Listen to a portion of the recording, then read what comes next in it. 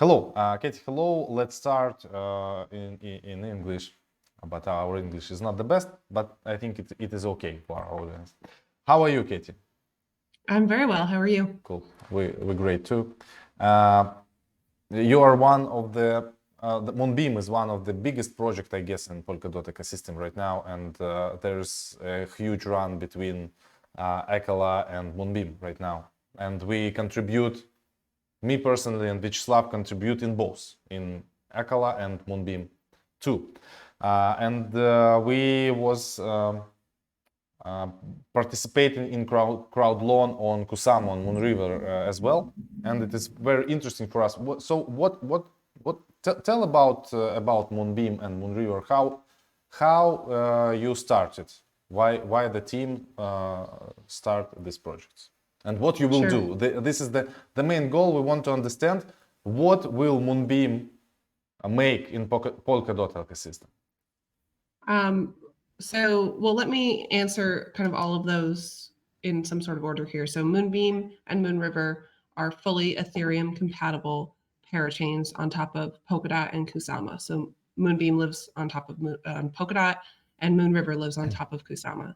And so when I say fully Ethereum compatible, what does that mean, right? So there's, of course, the EVM. You may have heard that term. There's lots of EVM compatible chains, and there's even lots of EVM compatible chains within the Polkadot ecosystem to some degree. And so we're not just EVM compatibility. We have a lot more than that. And so some of the things that we've done are to create something called Web3 RPCs, which basically allows us to natively use tools that are compatible with Ethereum. For example, all Moonbeam addresses are Ethereum style addresses, but they also work with MetaMask. And so when you use and interact with Moonbeam and Moonriver, you can use the MetaMask account that you already have, the MetaMask addresses you already have, the MetaMask signatures you already have, and just interact with it natively on top of a much more efficient, more modern chain. And so there's more to it. Of course, I mentioned that we also use these accounts, which is also another layer of compatibility. But this is all kind of the sum here is that you can interact with Moonbeam and Moonriver as a user much more easily than any other chain on top of Polkadot in that ecosystem. To answer your question in terms of how we got started, and sorry, I'm just throwing my phone over so it doesn't continue to make noise. We actually started as a validator on top of Polkadot and Kusama. And so about 2 years ago, we started running infrastructure, which was our bread and butter from a pure stake perspective. And we looked around the ecosystem and we saw a lot of really smart, really promising teams.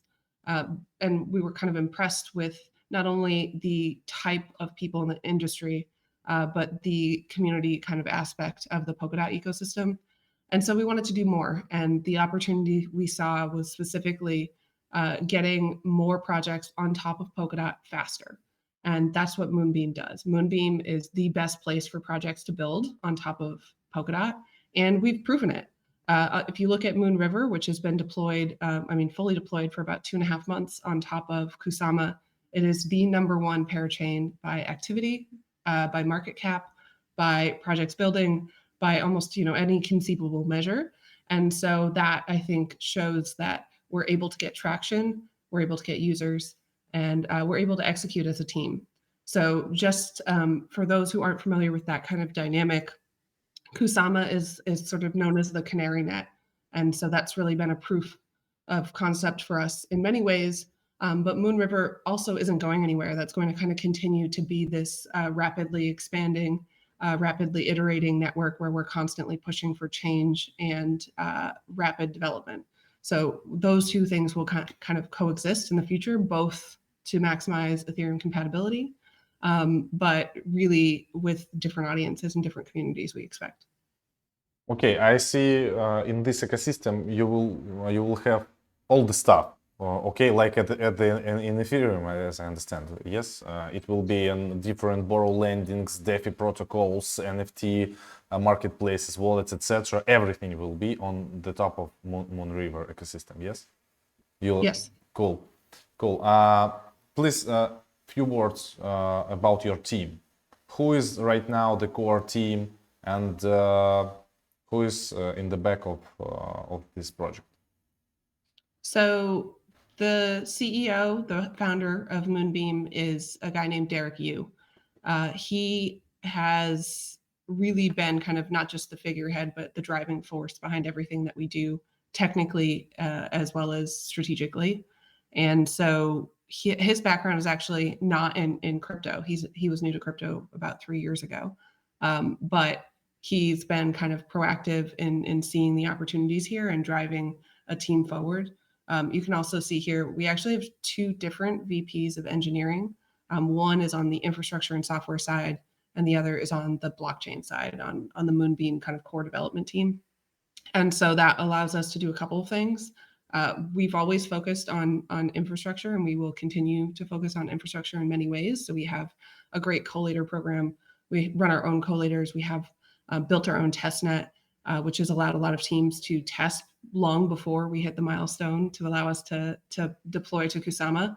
But at the same time, we are kind of constantly iterating and constantly, I would say, innovating from the Moonbeam kind of core development team perspective. So those teams operate in parallel. I think, there's a few other folks here, but the moral of the story is like we have a pretty robust team. And we invested early and often in not just development resources, but developer relations resources. So those include things like tutorials, the documentation site as a whole, videos, all sorts of things to make sure it's as easy as possible for teams to build on top of Moonbeam. Okay. Who is your main competitors in Polkadot ecosystem? Well, we don't really have any competitors in the Polkadot ecosystem that we've seen yet. I think that will continue to change as more teams kind of get some traction. The competitors that we see typically are other EVM compatible chains. So it really depends on when we ask, right? So when we talk about competition, it's, who else are the teams we're talking to considering building on top of? And typically that's things like Polygon. For a period there, that was like BSC. It really depends and it varies, but I would say broadly speaking, any EVM compatible chain is going to be kind of competitive to us.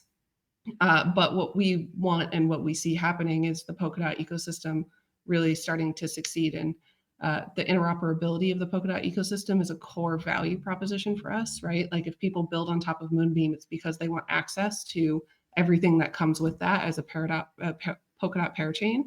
And so we really want the the Polkadot ecosystem to succeed as well. So from a competitive standpoint, we're working with the teams on Polkadot and competing with other EVM compatible chains.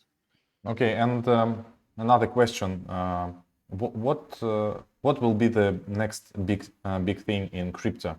What do you think about different bridges between different layers, blockchains, etc.? Who will take the first place in this? We think with Vyacheslav that it will be the next big thing because we give a lot of our liquidity to Uniswap on different curve, etc. Who will be the first who create normal bridge between different blockchains? Maybe it will be Moonbeam, or some teams on the top of Moonbeam who will make it. Okay, so there's a few different ones. I think in terms of what we'll see from a macro perspective in crypto, it feels like we're in the middle of this big shift that is really being made possible by Polkadot, right? So Polkadot has this fundamental interoperability. They call themselves layer 0, but really Polkadot's job is to connect all of these new layer 1s being built on top of it through something called Substrate. And so when I look at that, what I see is this kind of shift toward actually working together natively and away from these kinds of old school bridging mechanisms. And so for me, I think that is going to take another year or two for us to see how far we've come. But in the near term, the things that we're looking at are cross-chain, it's called cross-chain messaging, but moving assets, moving users across chains within the Polkadot ecosystem, that is going to be a game changer in my mind. In terms of bridges in general, there's already a number of bridges on top of Moonriver, so we have kind of every confidence that those will deploy fairly quickly on top of Moonbeam as well. And in terms of what to expect, so obviously where there's kind of a competition right now to earn this first spot, regardless of sort of how this plays out, all parachains will launch on December 17th. So that launch is when they start producing blocks. Then they'll kind of gradually add new functionality until they are sort of fully launched, which includes balance transfers, which includes token movements. And so once that happens, we expect for Moonbeam to produce the same kind of results that we did for Moonriver, right? Have great activity, have lots of projects deploy, and if anything, to be able to do it faster because we've been able to plan ahead. We know the dates in advance, which we didn't really for Kusama, and we have a lot of momentum. So we think we'll be able to do that very quickly with projects that have already gone through this once before on Kusama, and to get a lot of traction there very quickly. Cool. And one more question about Polkadot parachains. Just your opinion, what projects are really interesting for us to take a look or maybe contribute? Just your opinion. We It's understand hard that because I'm Moonbeam not. is really interesting for us Yeah, as well, they but take all my others. time. So I know we work quite closely with Equilibrium, with Crust, with a few other teams that are kind of following this model that we believe in ourselves, which is specialization of parachains. And so something I'm personally very interested in, and I don't know how this will play out, but something I'm personally very interested in, maybe a couple years from now, is how you might have like a hybrid type model on top of Polkadot. And when I say that, I mean, using storage on Crust, having your smart contracts on Moonbeam, and then maybe having some assets on the common good parachain on StateMine or so forth. That to me seems really interesting. So that's kind of where I hope to see some progress really quickly here. But I do think we're a little far down the road in terms of when people would actually start thinking like that, and how I don't know how efficient it would be to build like that. In terms of other projects, I know I've like seen some stuff from Composable that I think is interesting. And their Picasso, I think, is the name of their Kusama parachain, and some others. Trying to think of who else. Bifrost is doing some interesting things as well. So it's a varied answer, but most of the teams in this ecosystem, I think, are doing some really interesting things.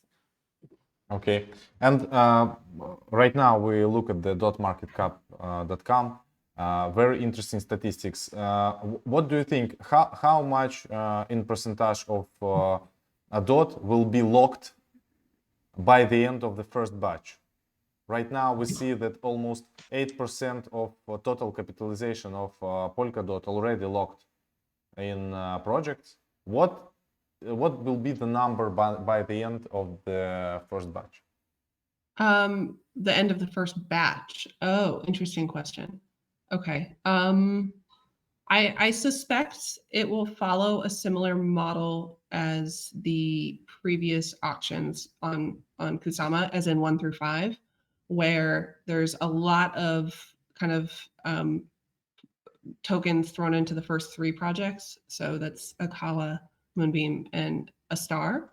And then the other projects probably slow down a little bit, and then kind of things ramp back up with the second batch. So if I were to throw a number out there, I would say, what have we got? This is TVL and DOT. TVL right now, it is almost 8% of all market cap of DOT. Yeah, I would say we'll probably get over 100, I would guess, maybe like 105, 110. But it's really hard to tell because I think the 4th and 5th slots are very much up in the air. So I think it depends on how much enthusiasm people have for those projects. And I think, obviously there's a neck and neck race here. But once, we've kind of cleared out the first couple of spots, it'll be interesting to see who comes next.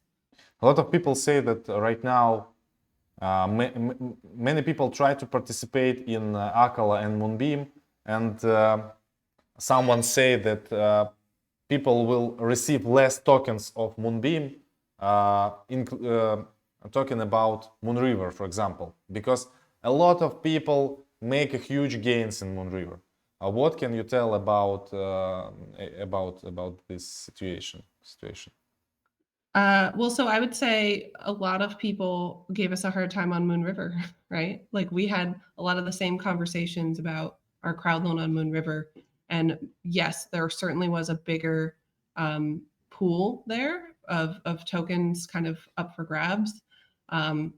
But the reason that Moonriver did so well is because we were able to deliver and able to really build the network to deserve the market cap that it sits at today.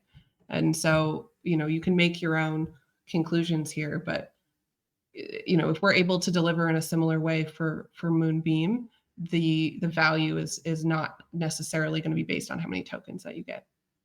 Okay, understand. So I think this is all for today. Thank you, Katie, very much for your time. I hope you have some few hours in nearest future, maybe after you win the slot in Polkadot. Yeah. Thank you for your time and Absolutely. bye bye. See you. Bye. Thank you. Thank you.